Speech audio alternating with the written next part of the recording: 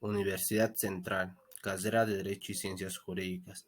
Materia: Filosofía Jurídica. Docente: licenciada Andrea Gómez. Primer semestre, turno noche. La ciencia y el derecho. Integrantes: Franklin Socavado, María Mendoza, Oliver Flores.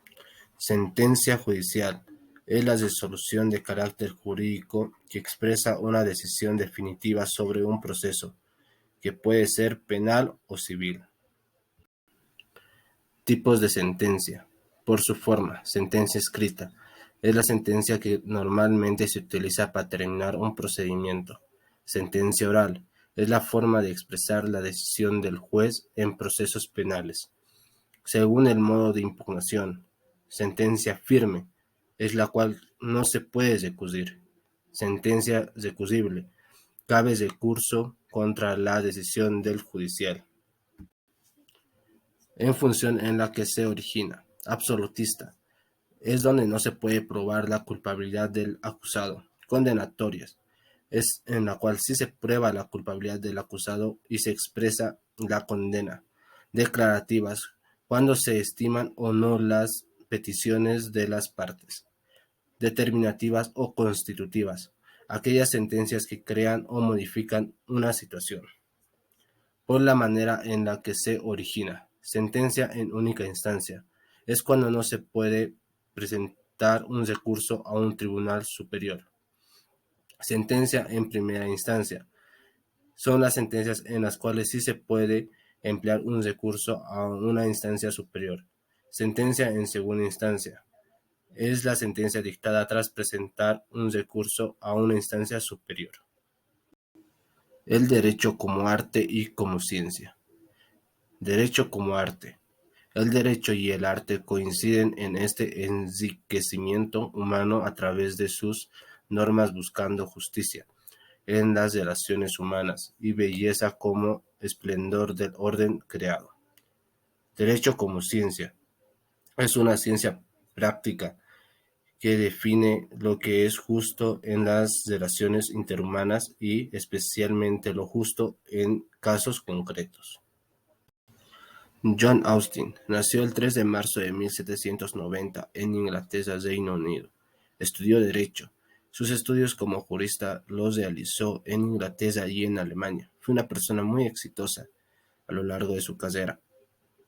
Gran parte de su éxito lo debe a su esposa, porque su esposa lo apoyó de gran forma durante toda su carrera.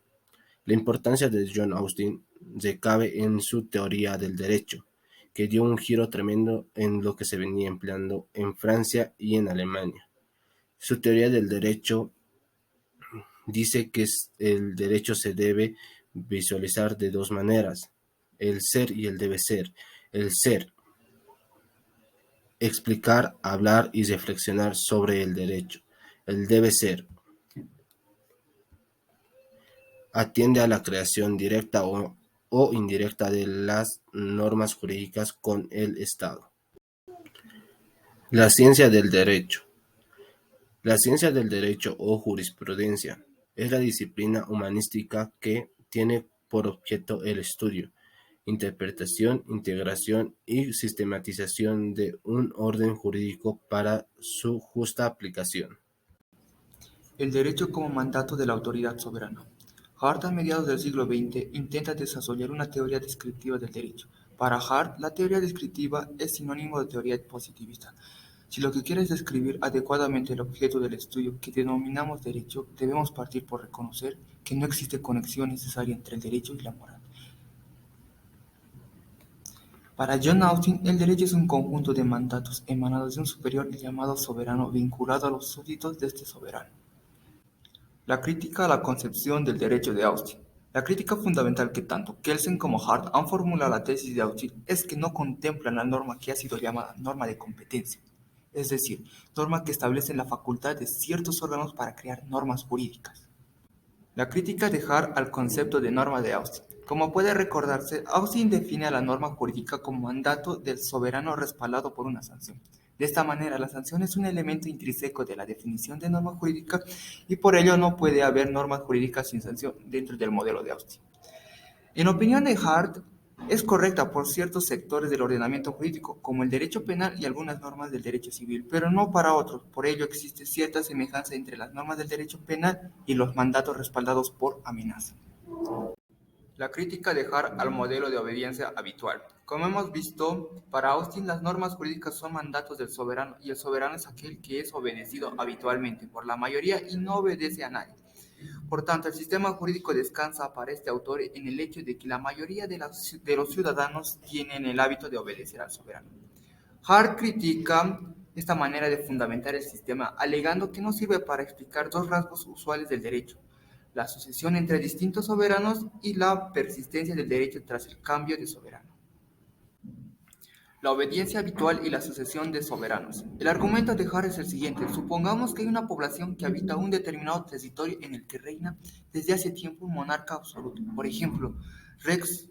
Este monarca gobierna por medio de mandatos generales, respaldados por la amenaza de una sanción por su incumplimiento. Es probable que los súbditos de este soberano adquieran poco a poco el hábito de obedecer sus órdenes para evitar la sanción correspondiente. La obediencia habitual y la persistencia del derecho. La crítica anterior puede resumirse diciendo que el modelo de Austin no explica cómo es posible que la primera norma de un nuevo soberano sea ya derecho. Esta nueva crítica puede resumirse diciendo que el modelo de Austin tampoco explica cómo es posible que una norma creada por el soberano antiguo siga siendo derecho cuando este soberano desaparece y es sustituido por otro. La crítica de Oliver Crona. Para Oliver Crona, el derecho es la voluntad de una autoridad suprema. El lenguaje jurídico es juzgado por su apariencia y será interpretado como un lenguaje con una buena labia. Bentham. Para Bentham, el derecho es un hecho perteneciente a nuestro mundo actual. El derecho es una construcción humana, un instrumento creado por los hombres para lograr ciertos fines. En esta corriente, el pensamiento jurídico dice que los derechos humanos provienen de la propia naturaleza del ser humano. Y también, en esta corriente, el Estado reconoce a los derechos. La codificación. La codificación es la conversión de una idea en lenguaje.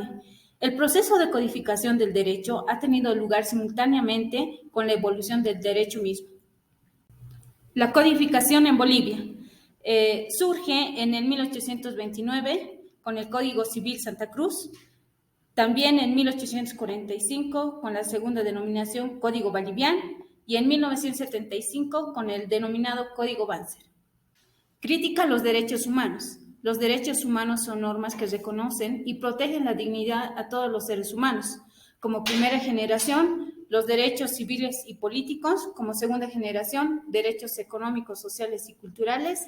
Como tercera generación, fomentan la solidaridad entre pueblos y las personas de todo el mundo. Y como cuarta generación, implementan la tecnología a finales del siglo XX.